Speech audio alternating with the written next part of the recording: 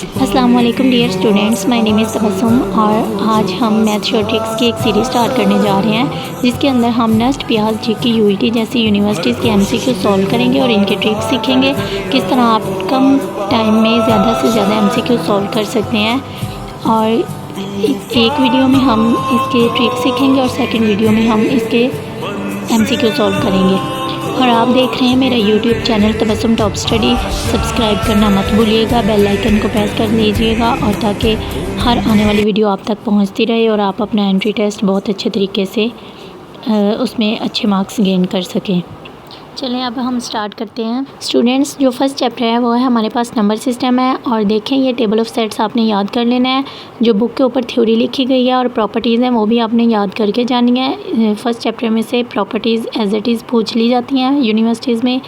तो स्टूडेंट्स ये देखें, सेट ऑफ नेचुरल नंबर को हम n से रिप्रेजेंट करते हैं और ये 1 से स्टार्ट होकर इनफाइनाइट जाते हैं। इसके बाद सेट ऑफ होल नंबर्स हैं, ये w से रिप्रेजेंट किया जाता है और 0 से इनफाइनाइट जाते हैं।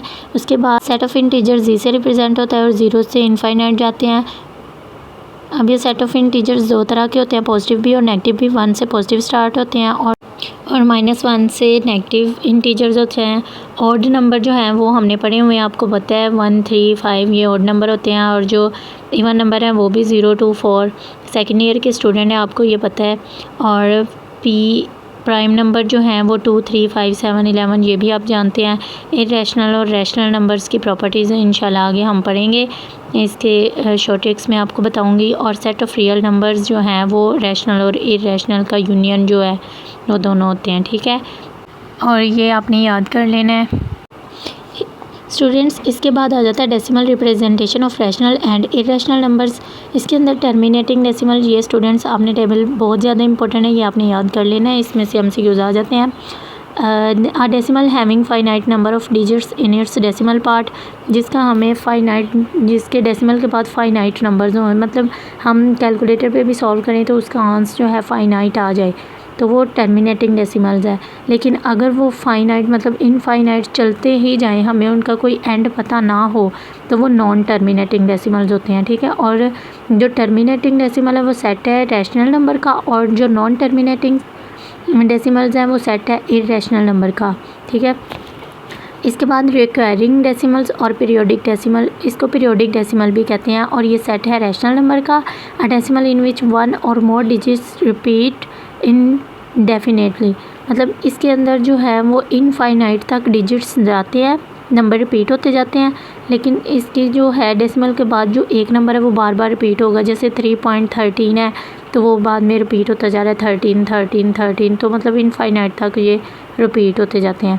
और इसके ऊपर हम एक बार लगा कर भी इसको रिप्रेजेंट कर सकते हैं।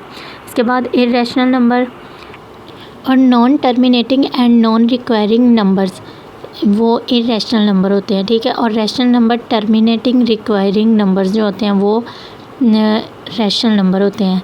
और आपने इरेशनल का इस तरह भी याद रखना है कि जो अंडर रूट होता है उसके अंदर अगर प्राइम नंबर आ गया ना कोई, तो वो जो है वो इरेशनल है। और पाई आपने हमेशा याद रखना है कि जो पाई है वो हमेशा इरेशनल नंबर है। ये काफ़ी दफ़ा एमसीक्यूज़ रिपीट हो चुके हैं। और जो रैशनल नंबर है वो टर्मिनेटिंग रिक्वायरिंग होता है, ठीक है। और ये आप इसके आगे एग्जांपल्स देख सकते हैं। ये आपने इसको अच्छे तरीके से याद कर लेना, ये टेबल इम्पोर्टेंट है। इसके बाद स्टूडेंट्स, ये properties of fractions of real numbers हैं। ये आपने नेम ऑफ प्रॉपर्टी और डेफिनेशन ये देख सकते हैं, आपने इनको ज़रूर याद करना है। ये बुक के ऊपर भी दी गई हैं। Principle of equality, rules for product of fraction, golden rule, ये एज इट इज़ पूछी जाती हैं। और रूल फॉर इक्वेशंस। स्टूडेंट्स, अब ये conjugate of a complex number, इसके जो प्रॉपर्टीज़ हैं ये वेरी इंपॉर्टेंट है, इनको आपने बहुत अच्छे तरीके से याद कर लेना है। Let z is equal to x plus iota y is equal to x y be a complex number, then the conjugate of z is denoted by z conjugate and is defined as z conjugate is equal to x minus iota y is equal to x minus y। Properties of conjugate, अगर हम z का conjugate का फिर conjugate लेंगे तो वो equal to z के ही आएगा। और इसी तरह z को अगर हम मल्टीप्लाई करेंगे, z एक कम्प्लेक्स नंबर है, ठीक है, और z को जब हम उसके कॉन्जुगेट से मल्टीप्लाई करेंगे तो हमारे पास z मॉडुलस का स्क्वायर होगा। और इसी तरह z1 प्लस z2 है तो उसको ऊपर अगर कॉन्जुगेट है तो हम इनका अलग अलग कॉन्जुगेट लेके इनको प्लस करेंगे। इसी तरह अगर ये डिवाइड हो रहे होंगे तो हम दोनों का अलग अलग कॉन्जुगेट लेके उसको डिवाइड कर देंगे। और ये प्रॉपर्टी आपने याद रखनी है, 5 वाली वेरी इंपॉर्टेंट है। 1/z is equal to z का कॉन्जुगेट ओवर z का होल स्क्वायर, ठीक है। ये इन्वर्स की प्रॉपर्टी भी है। इसके बाद z प्लस, मतलब हम इस तरह इन्वर्स भी फाइंड करते हैं। रेसिप्रोकल हो गया, इन्वर्स हो गया, और साथ कंडीशन आपने याद रखनी है, z does not is equal to 0। इसके बाद 6 वाली है, z प्लस z का conjugate is equal to 2 real z, मतलब उसका रियल पार्ट जो होगा, और z माइनस z का conjugate is equal to 2 imaginary z। Okay, ये देखें ऊपर प्लस था तो रियल वाला है और नीचे माइनस है तो इमेजिनरी वाला है। और इसके बाद z is equal to z का conjugate if z is a real, और इसी तरह से लास्ट वाला है z is equal to minus z का कॉन्जुगेट, ठीक है, if z is a pure imaginary, ठीक है। तो ये आपने प्रॉपर्टीज़ बहुत अच्छे से याद करनी है। फर्स्ट चैप्टर में ज़्यादातर इम्पोर्टेंट प्रॉपर्टीज़ हैं। इसके बाद students modulus and argument of a complex number है। Let z is equal to x plus iota y x y. Then modulus of z जो है वो हम इस तरह से फाइंड करते हैं, √x² प्लस y², ठीक है। और आर्गुमेंट जो होता है वो हम करते हैं tan इनवर्स y/x। जो आयोटा के साथ वैल्यू होती है वो y होती है, और जो पहले रियल पार्ट होता है वो x होता है, ठीक है। तो उसको हमने डिवाइड करके tan इनवर्स लेने की, तो इस तरह से हमने उसको फाइंड कर लेना है। प्रॉपर्टीज़ ऑफ आर्गूमेंट जो है वो देखें नीचे। अब 1 पहली property, argument z1 dot z2, अगर दो कम्प्लेक्स नंबर आपस में मल्टीप्लाई हो रहे हैं z1 और z2, देन हम उनको प्लस को, हमने इसमें सिंपल ये करना है कि जो मल्टीप्लाई हो रहे हैं उनको प्लस कर देना है। देखें वो मल्टीप्लाई हो रहे थे तो हमने अलग अलग उनका आर्गूमेंट लेके उनको प्लस कर देना है। और इसी तरह अगर डिवाइड हो रहे हैं तो आर्गूमेंट z1 लेके फिर आर्गूमेंट z2 लेके और उनको आपस में माइनस कर देना है। ये बिल्कुल वैसे ही है जिस तरह से हम लोग वाली हमारे पास प्रॉपर्टीज़ थी ना, तो हम जो चीज़ें आपस में मल्टीप्लाई होती थी उनको प्लस कर देते थे, और जो माइनस डिवाइड हो रही होती थी उनको माइनस करते थे। इसी तरह आर्गूमेंट में जो मल्टीप्लाई हो रही हैं उनको देखें प्लस कर दिया अलग अलग उनका आर्गूमेंट लेके, और जो आर्गूमेंट डिवाइड हो रही हैं उनको हमने माइनस कर दिया अलग अलग आर्गूमेंट लेके। इसी तरह देखें आर्गूमेंट का z का कॉन्जुगेट अगर हम लें तो ये माइनस आर्गूमेंट z आएगा, ठीक है। और इसको हम इस तरह भी लिख सकते हैं आर्गूमेंट 1/z, ये MCQs भी आ सकता है। और इसी तरह argument z dot z conjugate, मतलब z को अगर हम उसके कॉन्जुगेट से मल्टीप्लाई कर देते हैं तो हमारे पास हमेशा आंसर जो होगा वो इक्वल टू 0 हो जाएगा, ठीक है। इन प्रॉपर्टीज़ को आपने स्किप बिल्कुल भी नहीं करना, और जो बुक के ऊपर प्रॉपर्टीज़ दी हुई हैं वो भी आपने ज़रूर याद करके जानी है। ये बहुत ज़्यादा इंपॉर्टेंट थी, मैंने आपको बता दी हैं, और ये आपने चाहे तो इनको लिख लें और याद कर लें। चलें स्टूडेंट्स, अब हम अपने ट्रिक्स की तरफ बढ़ते हैं। तो ट्रिक नंबर 1 ये है, जब हमारे पास z अगर कोई कम्प्लेक्स नंबर हो, for example z is equal to a plus b iota, z1 a plus b iota हो, और इसी तरह z2 is equal to c plus d iota आ जाए हमारे पास।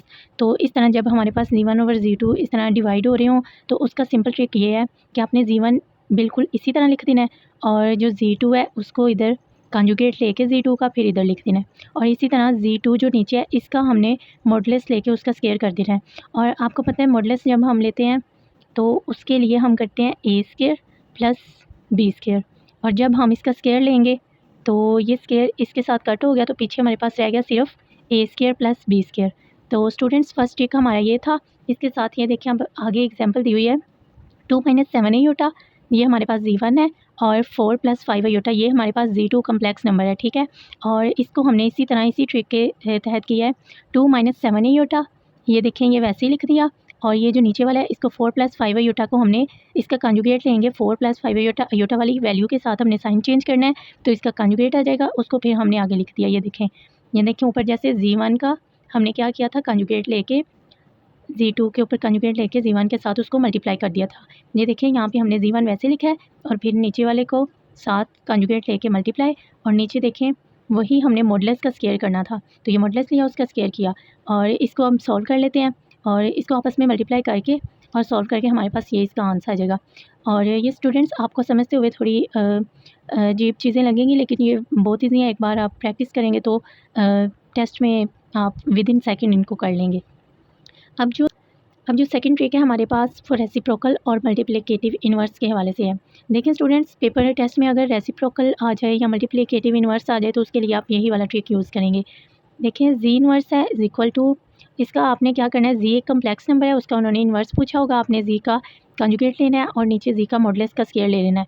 बिल्कुल उसी तरह जो देखें, हम नीचे एक एग्जांपल है, ये हमारे पास एक कम्प्लेक्स नंबर अगर ये हमारे पास उन्होंने दिया है तो इसको पहले हमने क्या करना है, इसका कंजुगेट लेना है, फिर नीचे हमने इसका मॉडुलस लेना है। और ये जैसे मैंने ऊपर बताया था ए स्क्वायर प्लस बी स्क्वायर, वो जब हमने कंजुगेट मॉडुलस का स्क्वायर लिया था तो ये देखें, ये मॉडुलस हम इस तरह से लेते हैं, ये फार्मूला मॉडुलस का, और इसके ऊपर जब हम स्क्वायर लेंगे तो ये जैसे इसके साथ अंडर रूट कटिंग हो गई और नीचे ए स्क्वायर प्लस बी स्क्वायर, तो बिल्कुल हमने ये वैसे ही किया, ए स्क्वायर प्लस बी स्क्वायर। और इसके बाद इसको देन हम आगे सॉल्व कर लेंगे और ये हमारे पास इसका आंसर आ जाएगा। देखें ये हमारे पास इसका आंसर आ गया। ये देखें स्टूडेंट, आगे इसका ट्रिक नंबर 4 है। आपको जो अयोटा की 3-4 कंसेक्टिव पावर दी गई हों, जैसे अयोटा की पावर n प्लस अयोटा की power n plus 1 plus iota की power n plus 2 plus iota की पावर n प्लस 3, और 4 कंसेक्टिव पावर्स का जो सम होता है वो इक्वल टू 0 होता है। मैंने सम की बात की है, ना कि मल्टीप्लाई की, ठीक है।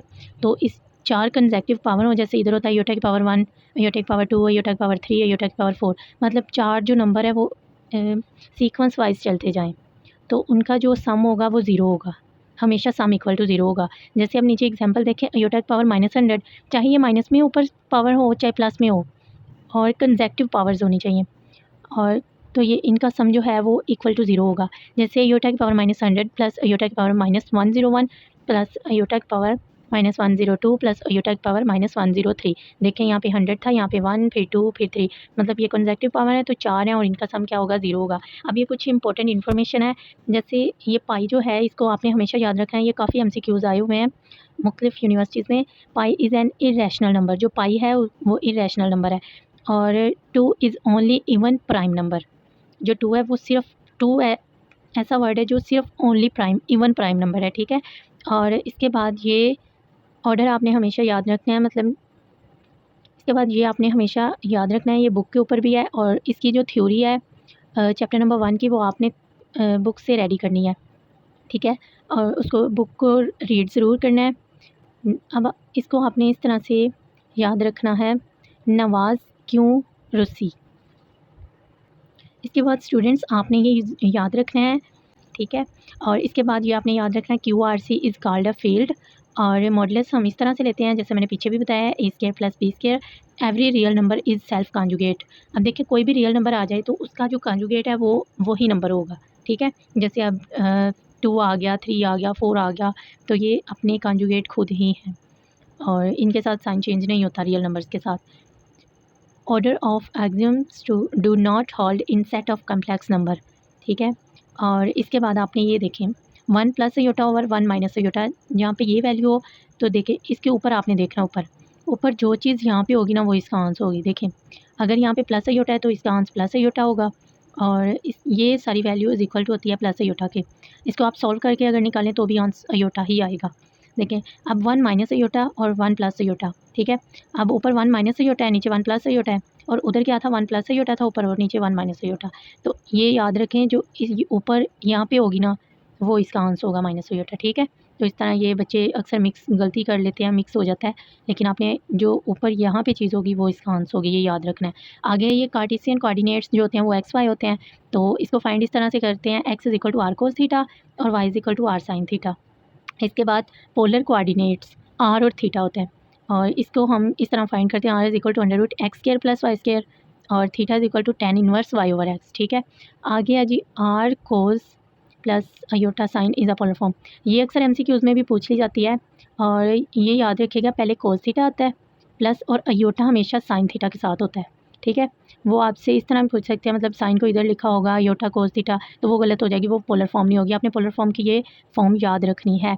और इसके बाद जो आगे डी मूवियर्स थ्योरम आ गया है, cos theta plus iota sine theta की पावर n, इसकी जो पावर होती है उसको हम इधर अंदर मल्टीप्लाई कर देते हैं जो एन थीटा होता है, ठीक है।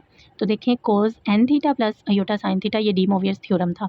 तो ये थी आज के ट्रिक्स और इंशाल्लाह अब अगली वीडियो में हम एमसीक्यू सॉल्व करेंगे। चैनल को सब्सक्राइब करना मत भूलिएगा। शुक्रिया। हर कोशिश में हो बार बार कर दरियाओं को